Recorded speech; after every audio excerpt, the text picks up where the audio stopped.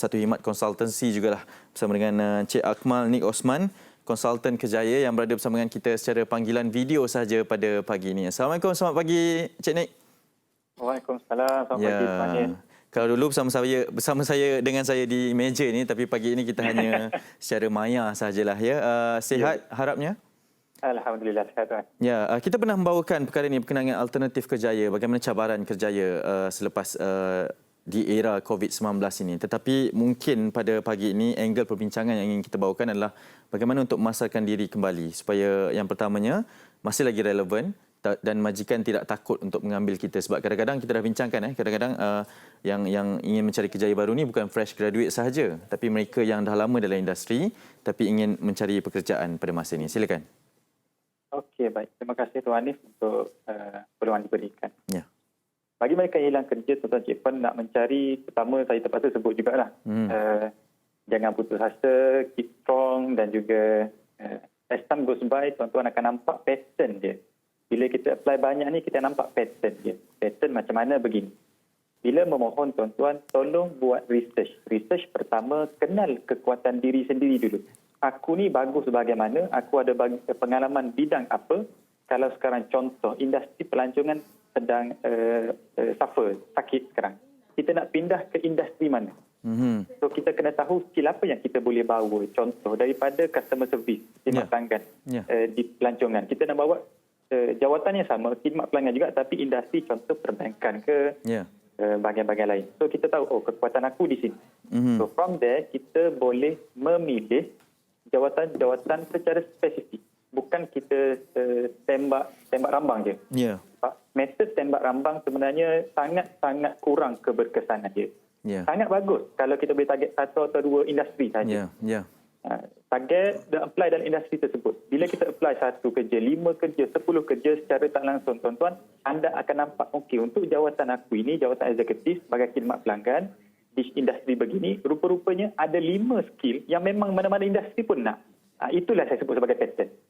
Bila kita apply banyak, rupanya nak pertama soft skill, yang kedua dia nak software begini contoh, ketiga dia nak seorang yang boleh outgoing attitude sebagainya. Pasti akan ada persamaan antara iklan-iklan kerja tersebut. Itu metod paling basic bila kita memburu kerja. Dan daripada situ juga baru kita boleh nampak, apabila industri nak skill A, B, C, D, E, oleh itu dalam resume, dalam kita memasarkan kita punya online profile, dalam interview kita kena beritahu skill A, B, C, D, E. Oleh itu yang kita sebut sebagai calon yang hebat, resume yang power. Kenapa? Bukan sebab design yang power, bukan sebab kita ni extrovert, mampu bercakap hebat, tak. Kerana konten yang kita berikan, kekuatan kita itu selari dengan apa yang syarikat nak. Itu menyebabkan kita power. Contoh macam ni lah tuan. Kita nak cari shampoo. Contoh saya nak cari shampoo. Saya ada masalah kulit momok. Benda pertama saya buat adalah, of course, akan Google dulu nak baca shampoo apa sesuai dengan aku, apa yang orang recommend. Baca forum, baca blog.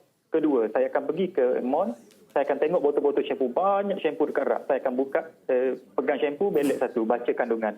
Baca label-label, ini ada nutrien, ini untuk rambut lebih hitam, ini rambut lebih segar, akarnya kuat. So kita akan cari yang sesuai dengan saya je. Saya nak cari yang kilo momo, saya tak ambil yang lain.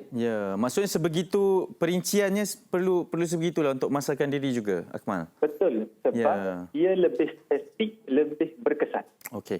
Ini membawa saya kepada persoalan seterusnya, sebab ini selalulah sering berlaku. Sekarang ni pasca COVID-19.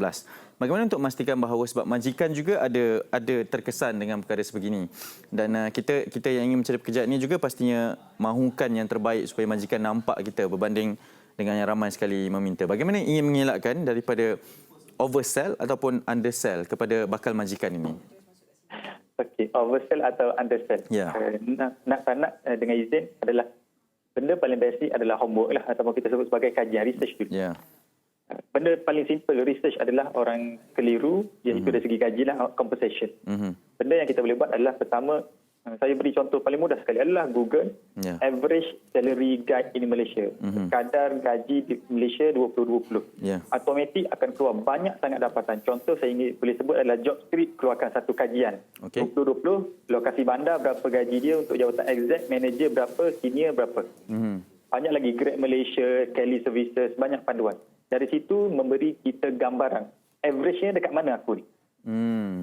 Kemudian dari segi negotiation gaji, the government ataupun JLT biasanya ataupun syarikat besar, mereka sudah ada grade yang ditentukan. Tak boleh nak nego banyak sangat pun sebenarnya. Betul. Tetapi di peringkat swasta, peluang itu banyak. Negotiation itu terbuka luas. Oleh itu nak negotiate, tuan-tuan, adalah jangan fikir kepada perkara kita nak. Aku nak gaji banyak ni sebab aku ada pengalamannya ni. Tak, bukan begitu konsep dia. Konsep dia adalah berapa banyak kita boleh beri kepada majikan. Kalau majikan atau syarikat rasa berbaloi, maka dia akan beri dengan setimpal yang kita cakap kita boleh contribute. Sebagai contoh, saya adalah seorang engineer mekanikal.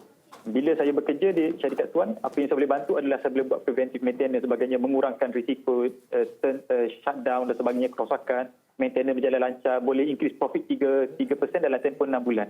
So benda itu bila majikan tengok, oh ini berharga ni. So kita pun sebut dengan benda begini, saya mohon untuk dibayar dengan selayaknya ataupun compensate accordingly, iaitu dengan jumlah sekian-sekian. So itu adalah win-win lah. Majikan dapat, kita pun dapat. That's how kita boleh negotiate. Perlu ada perbincangan yang secara menyeluruh sebegitulah. Okey, kita hanya ada lebih kurang seminit saja. Nik Akmal mungkin boleh terangkan tentang strategi, taktiknya perlu ditukar untuk mereka yang mencari pekerjaan pasca COVID-19 ini atau masih lagi perlu sama cabarannya ketika sebelum COVID-19 ini? Secara realitinya, Nik Akmal. Realiti, secara separuh sama, separuh berbeza. Okey, yang sama adalah resume permohonan mesti custom. Apply satu kerja, reka satu. Apply yang kedua, reka yang kedua. Yang ketiga adalah yang berbezanya, tuan-tuan, tolong explore bukan sekadar cari kerja, apply dekat job portal yang dah ada iklan. Ada kerja yang tidak diiklankan. Macam mana nak buat dia? Adalah bina personal brand, recruiter, orang akan cari anda. Itu metod kedua. So kena perkasakan dua metod tersebut. Okey, sangat menarik sebab anda antara yang kerap dikatakan adalah berkenaan dengan resume. Nik Akmal, Nik Osman, konsultan kerjaya, terima kasih.